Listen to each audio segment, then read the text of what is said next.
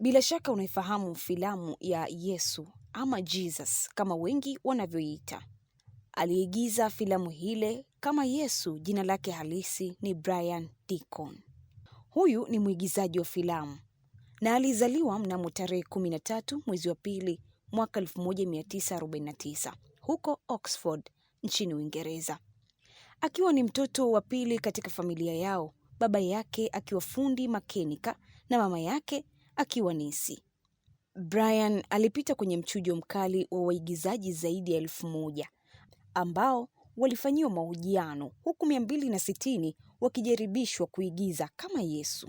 Katika orodha ya watu 1000 peke yake alikuwa ni Mwingereza katika waigizaji wa Israel walioingia kwenye usahili huo, akiwa chini ya kampuni iitwayo New Shakespeare, ambayo ndiko alikokuwa akifanya kazi za sanaa majukwaani na uigizaji.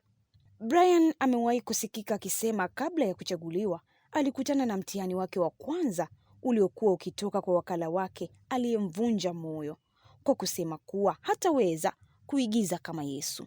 Hata hivyo, baadaye alifanikiwa, na baada ya hapo akawa na wakati mgumu kutoka kwa watu wa kila aina.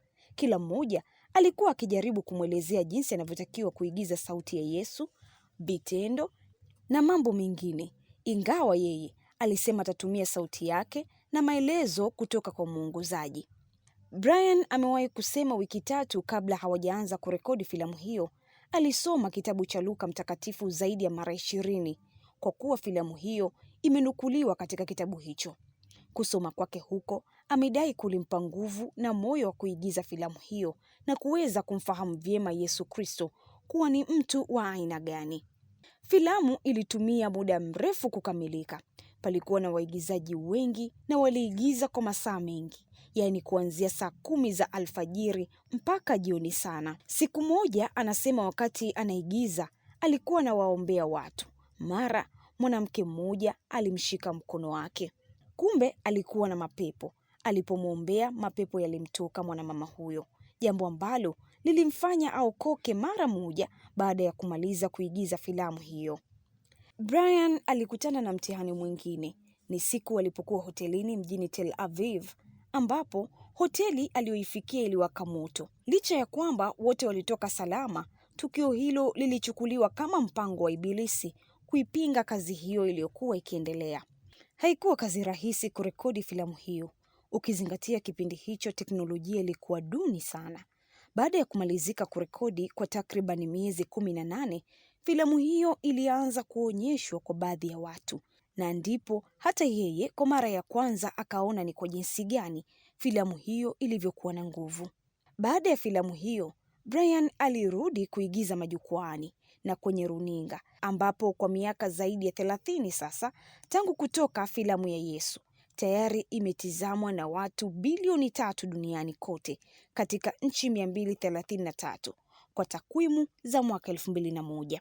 Filamu hiyo ambayo ilitengenezwa chini ya Campus Crusade for Crusade, ambao kwa sasa wanaitwa Life Ministry, pia nchini Tanzania ipo, wakiwa chini ya mkurugenzi Dismas Shekalage, ambapo tayari imetafsiriwa katika lugha zaidi ya 500, huku nyingine zaidi ya 200 zikiwa njiani kutafsiriwa.